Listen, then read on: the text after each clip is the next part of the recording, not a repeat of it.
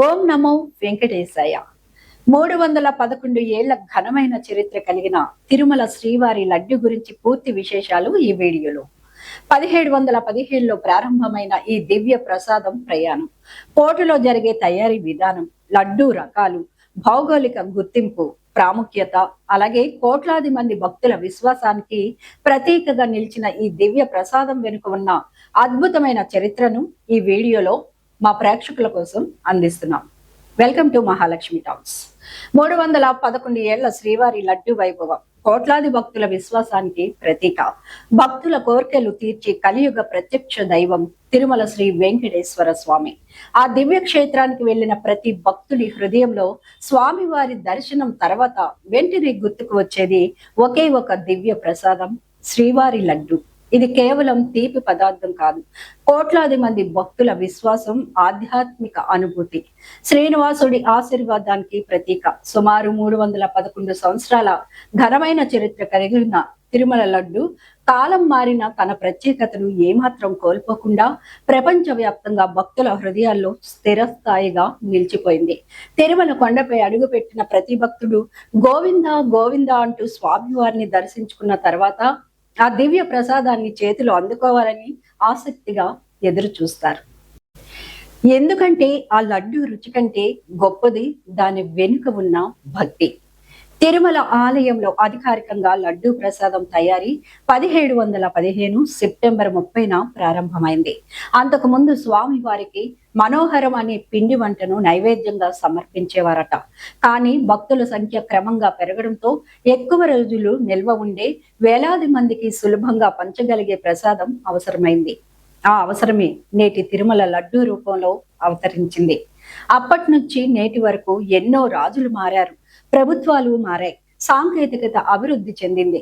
కానీ శ్రీవారి లడ్డు విశిష్టత మాత్రం ఏమాత్రం తగ్గలేదు. తిరుమలలో లడ్డూలను తయారు చేసే వంటశాలను పోటు అని పిలుస్తారు. ఇక్కడ జరిగేది సాధారణ వంట ప్రక్రియ కాదు, అది ఒక నిరంతర సేవ, భక్తితో కూడిన యజ్ఞం. ప్రతిరోజు వేలాది మంది భక్తులకు ప్రసాదం అందించేందుకు పోటులో పనిచేసే సిబ్బంది అత్యంత నిష్ఠతో, పవిత్రతతో లడ్డూలను తయారు చేస్తారు. స్వచ్ఛమైన ఆవు నెయ్యి, శనగపిండి, నాణ్యమైన పంచదార, జీడిపప్పు, కిస్మిస్, యాలకుల సువాసనలతో తయారయ్యే ఈ ప్రసాదం రుచి మాత్రమే కాదు, దాని పరిమళం కూడా భక్తుల మనసులను హత్తుకుంటుంది. ఒకప్పుడు పూర్తిగా చేతి పనితో తయారయ్యే లడ్డూలు ఇప్పుడు భక్తులు పెరిగిన సంఖ్యకు అనుగుణంగా ఆధునిక కన్వేయర్లు, మిక్సర్లు, ప్రత్యేక యంత్రాల సహాయంతో తయారవుతున్నాయి. అయినప్పటికీ నాణ్యత, రుచి, సాంప్రదాయం విషయంలో ఎలాంటి రాజీ ఉండదు. శ్రీవారి లడ్డు ప్రధానంగా 3 రకాలుగా అందించబడుతోంది. ప్రోక్తం లడ్డు సాధారణ దర్శనానికి వచ్చే భక్తులకు ప్రసాదంగా అందిస్తూ ఉంటారు. కళ్యాణోత్సవ లడ్డు శ్రీవారి కళ్యాణోత్సవంలో పాల్గొనే భక్తులకు ప్రత్యేకంగా ఇచ్చే లడ్డు ఇది. ఇక ఆస్థానం లేదా మహాలడ్డు అత్యంత పెద్ద పరిమాణంలో తయారయ్యే ఈ లడ్డు ప్రత్యేక ఉత్సవాలు, విశిష్ట సందర్భాలు, విఐపి సేవల కోసం తయారు చేస్తారు. ఇందులో నెయ్యి, డ్రై ఫ్రూట్స్ మోతాదు కూడా అధికంగా ఉంటుంది.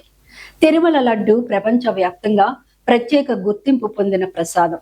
దీనికి భౌగోళిక గుర్తింపు అంటే జిఐ ట్యాగ్ లభించడం ద్వారా ప్రపంచంలోనే ప్రత్యేక స్థానం దక్కింది. ఇది కేవలం తిరుమల దేవస్థానంలోనే తయారయ్యే అసలైన ప్రసాదమని అధికారికంగా గుర్తింపు పొందింది. అందుకే విదేశాల్లో ఉన్నవారైనా, దేశంలోని ఏ మూలలో ఉన్నవారైనా తిరుమల వెళ్లిన బంధువులు, స్నేహితులు తీసుకొచ్చే శ్రీవారి లడ్డు కోసం ఎంతో ఆతృతగా ఎదురు చూస్తారు. ఇంటికి శ్రీవారి లడ్డు వచ్చినప్పుడు భక్తులు ముందుగా దాన్ని కళ్ళకు అద్దుకొని నమస్కరించిన తర్వాతే స్వీకరిస్తారు. ఎందుకంటే అది ప్రసాదం కాదు, ఆశీర్వాదం. శ్రీ వెంకటేశ్వర స్వామి వారి ఆశీర్వాదంగా భావిస్తారు. ఆ లడ్డు ముక్కను నోట్లో వేసుకున్న క్షణంలో కలిగే ఆధ్యాత్మిక ఆనందాన్ని మాటల్లో చెప్పలేమని భక్తులు చెప్తూ ఉంటారు. తరాలు మారినా, కాలం మారినా తిరుమల యాత్రలో లడ్డు స్థానానికి మాత్రం ఎలాంటి మార్పు రాలేదు. 311 సంవత్సరాలుగా కోట్లాది మంది భక్తుల జీవితాల్లో మధుర జ్ఞాపకంగా నిలిచిన తిరుమల లడ్డు భారతీయ సనాతన సాంప్రదాయం, భక్తి, విశ్వాసాల సమ్మేళనం. ఇది కేవలం ఒక ప్రసాదం కాదు, కోట్లాది మంది భక్తులను శ్రీనివాసుడితో అనుసంధానించే పవిత్ర బంధం.